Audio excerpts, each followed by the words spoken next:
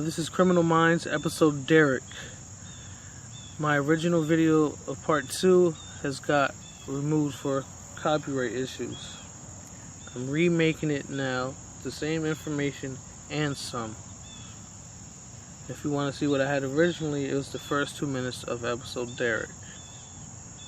Now let me start off now. You see him here on a torture device. These guys they drag him in, they put him on this torture device, and while they're getting ready to torture him, Derek slips into some sort of trance. And it seems like he does it willingly because they're about to torture him. Wake him up. He is awake. What's he doing?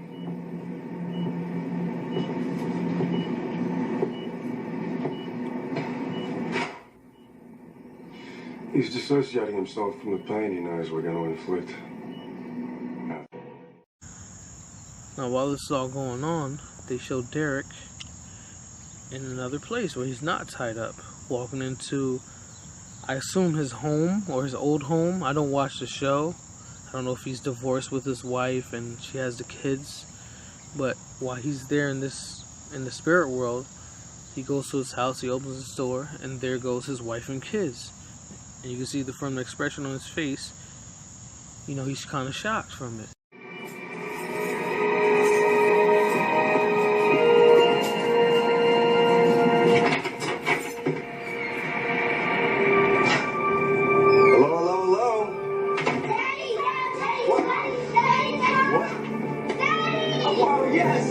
Yes, Daddy is home. Daddy is home.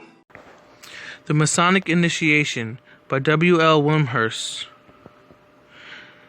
Now this is what he has to say about disassociation or astral projecting. Nevertheless, a measure of disassociation does occur naturally even in the most healthy and well-organized people. It occurs in sleep when their consciousness may be vividly active, whether in ordinary or disorderly manner. People travel in their sleep. It occurs at times of illness or violent shock. It may be induced of alcohol or drugs. The anesthetic revelation is a well-recognized phenomenon. Under any of these conditions, there may be a complete ecstasis or consciousness standing out or away from the ego, from the physical body. Apparitions and even action at a distance are well-accredited facts. Such phenomena explicable only upon the superstitions of the existence of the subtler vehicle than the gross body, of the fact that consciousness becomes temporarily transferred from the latter to the former, and that the two are capable of conjoint function in complete independence of the physical brain and body. A master mason, however, is one who has outgrown the incapabilities to which the undeveloped average man is subject. Unlike the latter, he is in full knowledge and control of all his parts, whether his physical body be awake or wrapped in sleep. He maintains unbroken consciousness. He is able at will to shut off consciousness or temporal affairs and apply it to superphysical ones. He can thus function at a distance from his physical body, whether upon the mundane or upon high planes of the cosmic ladder. Initiation always occurs when the physical body is in a state of trance or sleep, and when the temporarily liberated consciousness has been transferred to a higher level. There you go. Now that's astral projecting he's talking about. Now this is the most common way you can get possessed by a demon, and this can cause multiple personality disorder. Now let me give you an example. Anytime the personalities come out, I'm afraid that I may never come back again. With help from Kim Noble's therapist, Kim's alternate personalities come out one by one. First, dominant personality, Patricia, disappears, and Bonnie takes over. Bonnie used to be the main personality who took care of daughter Amy. Nice to see you. It's a long time. I know. Yeah, it's nice to see him. Amy doesn't get to see Bonnie very much anymore. In the early years, the constant threat of having her daughter taken away by social services sent Bonnie into seclusion. When Bonnie disappeared, I think I was about 7 or 8. A little while later, Ken emerges. He's 21 years old, homosexual, and doesn't acknowledge he is one of many personalities. Hi, Ken. I'm Kirsten. Ken thinks I'm one of his friend's daughters. And why do you see a therapist? People got problems with me being gay, so I see a therapist. Who has a problem with that? The outside world. Do you date? I haven't for a long time, but yeah, I've had some nice boyfriends. When you look in the mirror, who do you see? Me? But Who do you you're see? a man. When I look at you, I see a woman. I'm not transvestite. This is strange. I'm gay, but I'm not a transvestite. Okay. I don't dress up in girls' clothes. Got no boobs. One of Kim's more tortured personalities is agitated when she comes out. Evil. Her name is Salome. Hi, Salome. I'm Kirsten. She's really evil. Salome is a personality who rants and raves. She doesn't sit down. She's always walking around the room and not settled. Salome is deeply religious and seems quite angry. The Spiritual and Clinical Dimensions of Multiple Personality Disorder by Dr. Loretta L. Fox. In multiple personality disorder is now known as DID, which is dissociative identity disorder. And they also try to categorize it as PTSD, which is post-traumatic stress disorder. But this is all MPD, multiple personality disorder, okay? Which we're going to discuss in this video. So, as it says on page 59, Webster's defines dissociation as a split in the conscious process in which a group of mental activities breaks away from the mainstream of consciousness and functions as a separate unit, as if belonging to another person. We all disassociate in certain circumstances, and normal trances include such things as daydreaming, fantasizing, or mental absorption. Everyone can relate to being so engrossed in an activity that the outside world is on the periphery of awareness. An example is watching TV while kids are laughing and playing in the background and not even being aware of them. This is disassociation. In order to not receive certain input, we have all developed the ability to tune something out. This is exactly what a person does in order to escape the reality of a harsh stimuli at the time it presents. He disassociates from it and does not experience the full impact of the experience at the time. Our bodies are made to go into shock if we are severely wounded so that we do not feel the pain. People who are shot and stabbed often say that they felt nothing at the time.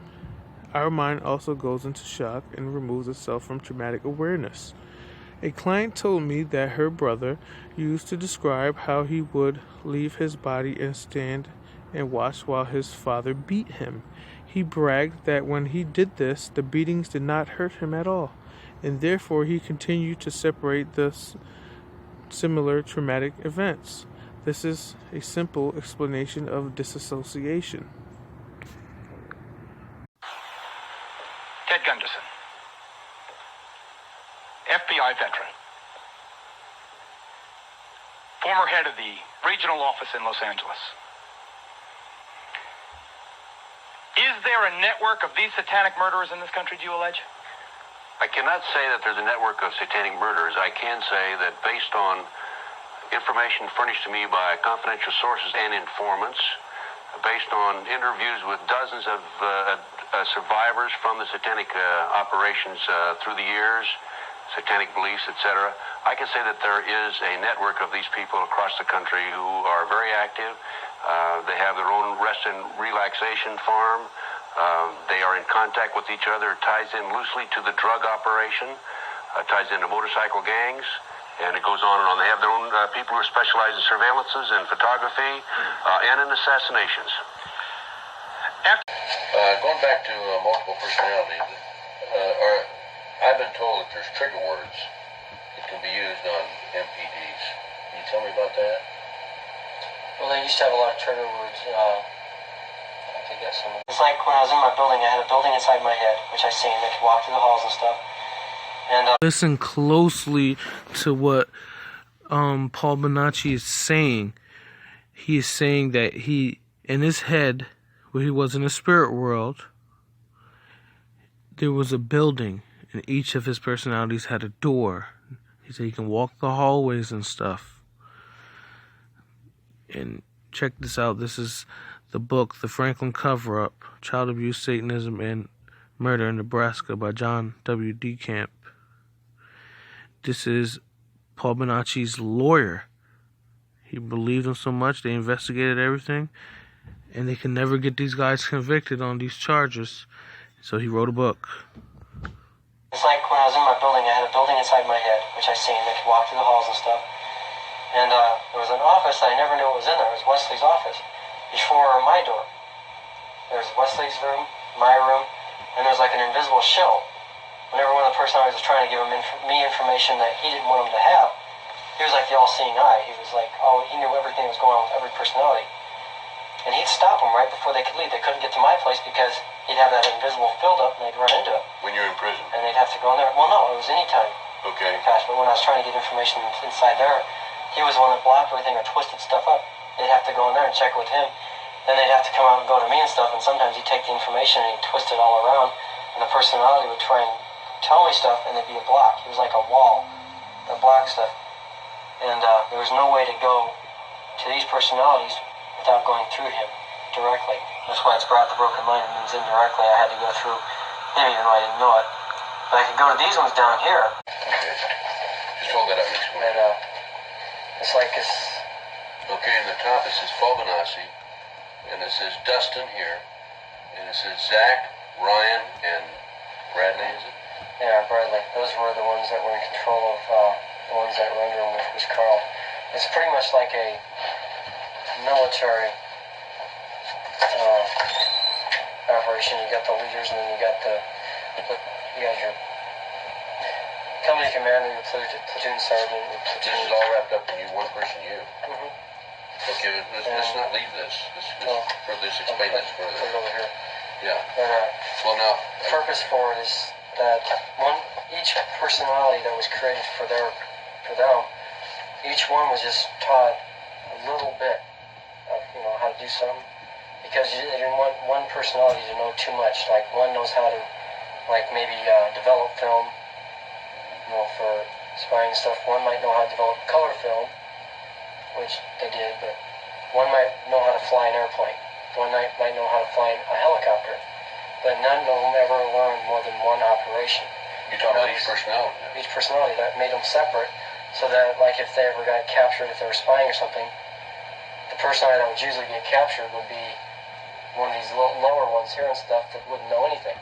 All they'd know is basically their name. If they were in the military, their name, rank, and serial number, which in my case, all they'd know is their name, date of birth, and home telephone number or something.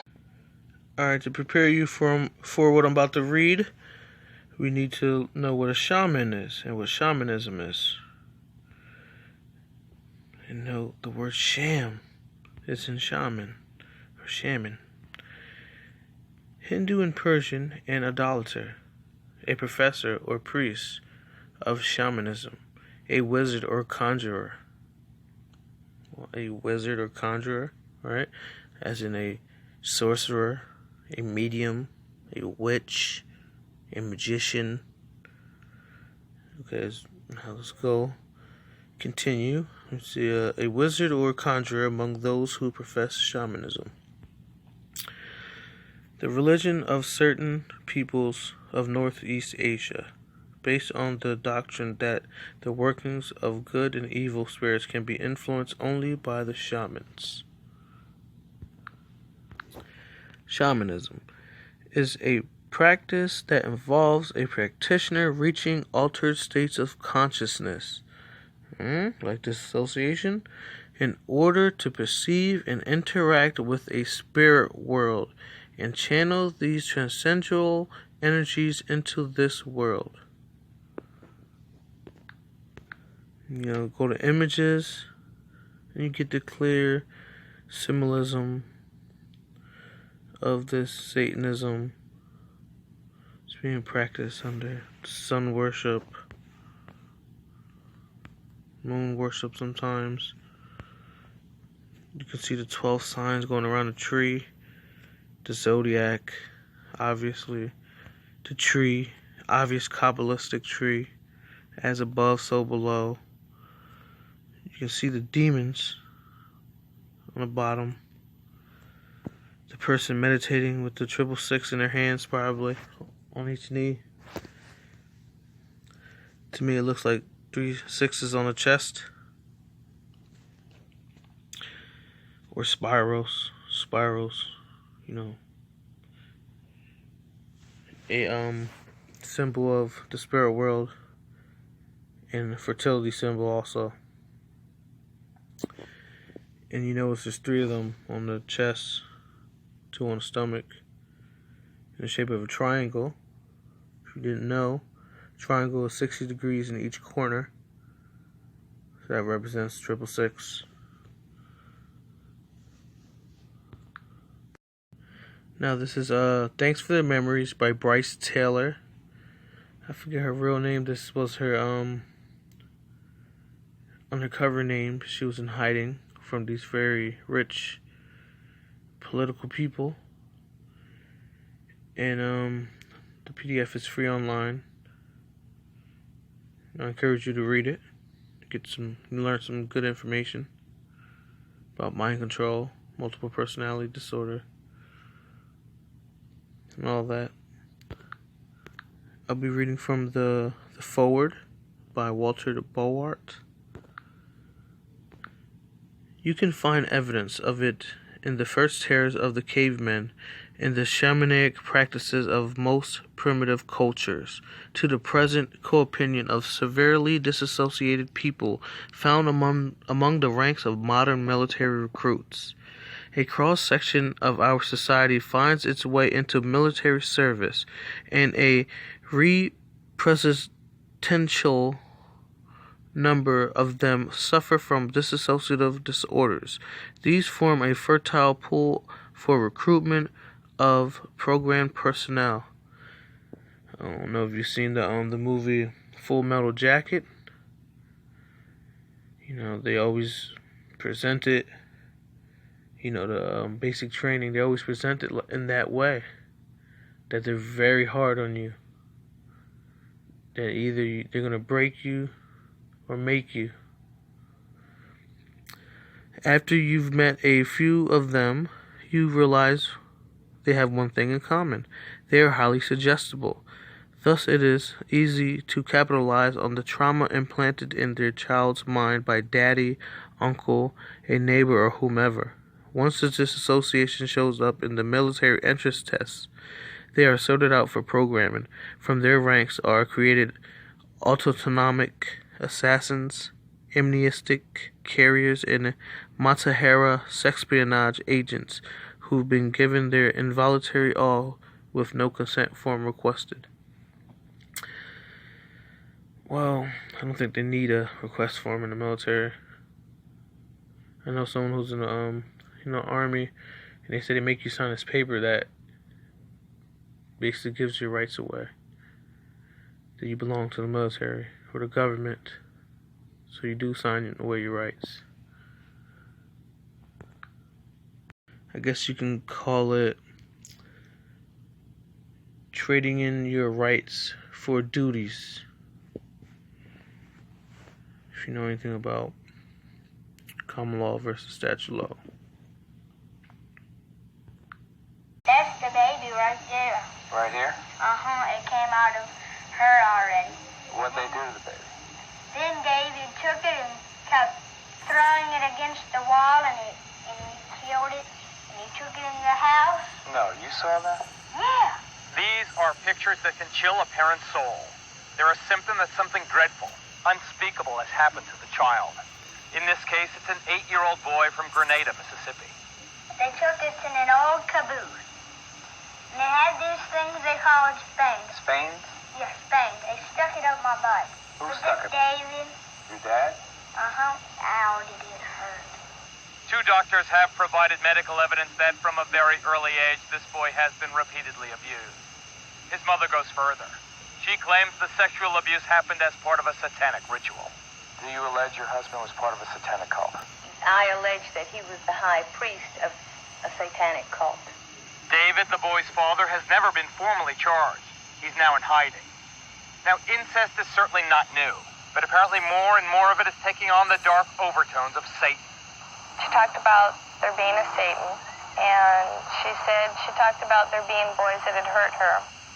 Listen to what this 5-year-old girl from Orange County, California, told her mother her father did to her. Daddy was heading the meeting, and he wore a real-life's baby foot around his neck. She says they each drank the blood, and then they all hurt me. Said, how did they hurt you? She spread her legs and pointed to their crotch and says, right here. And it gets worse.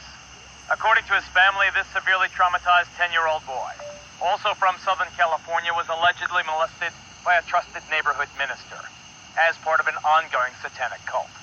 Jimmy talks about having a gun held to his head, about being shown a skeleton, about having to touch the skeleton. He has drawn pictures of a child being sacrificed. He's talked about animal sacrifices. He's disclosed molestation. In the very places created to care for children, in nurseries and daycare centers across the nation, there are increasing reports of ritual sexual abuse. The children of McMartin are still filled with lurid stories of their awful experience. There have been several criminal prosecutions that resulted in convictions. In most cases, the ritual aspect was not introduced in court, but was clearly indicated by the accounts of the victims. Numerous civil cases incorporating claims of ritual abuse have been successfully litigated. In August 1984, there were 2 cases which resulted in convictions. In Niles, Michigan, Richard Barkman, the husband of a daycare operator, was convicted. In Miami, Frank and Ileana Fuster went to prison because of abuses at their Country Walk Daycare Center. The case has been impressively documented in the book Unspeakable Acts and in the ABC docudrama of the same title. In September 1984, in Malden, Massachusetts, the Fells Acre daycare case culminated in guilty verdicts against Violet Amirault and her daughter Cheryl Amirault Lefebvre. They were given sentences of from 8 to 20 years. In December 1987, in Roseburg, Oregon, 3 Gallup Christian daycare facilities were the scene of crimes that resulted in the conviction of a minister, his wife, and his son. Mary Lou Gallup's conviction was reversed because of a discovery violation, but Ed Gallup Sr. and Ed Chips Gallup Jr. both served their sentences. In the same month, in Lehigh, Utah, Alan Hadfield was convicted of abusing his own children in a case in which many adults in the community were identified as perpetrators of satanic ritual abuse. The case was documented in the PBS program Promise Not to Tell. In September 1988 in Santa Rosa, California, Darrell Ball and Charlotte Thrakill plea bargained on molestation charges and were sentenced to substantial prison terms. The prosecutor's opening statement referred to the ritual aspect of the crimes, and the child victims described satanic ceremonies that included murders. In May 1989 in Stuart, Florida, James Toward pled guilty to charges arising from the sexual abuse of over 100 children at the Montessori school where he was principal. 6 children testified. Toward received a 27-year sentence. His secretary received 10 years. In April 1990 in Thurston County, Washington, Paul Ingram, a former Thurston County Sheriff's deputy, confessed shortly after being confronted. Ingram had been involved in ritual abuse for many years.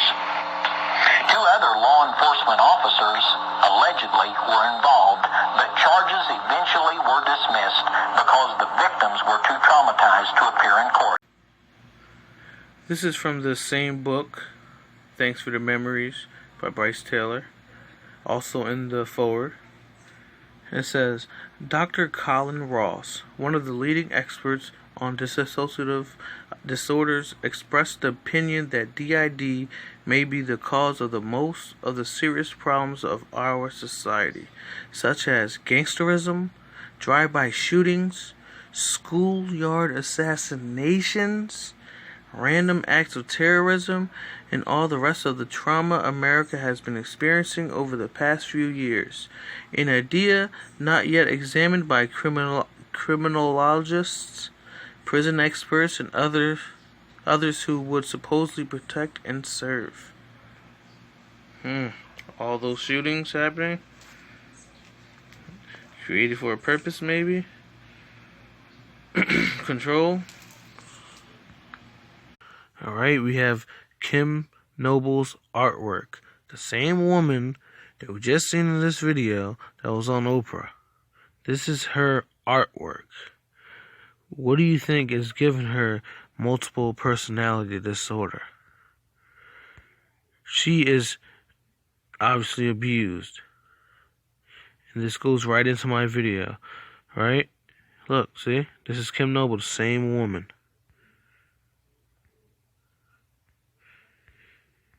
Same artwork was displayed in the Pizzagate thing that they try to cover up on the media, and Comet Pizza or Ping Pong Pizza, her artwork was displayed. And this goes right into part 3.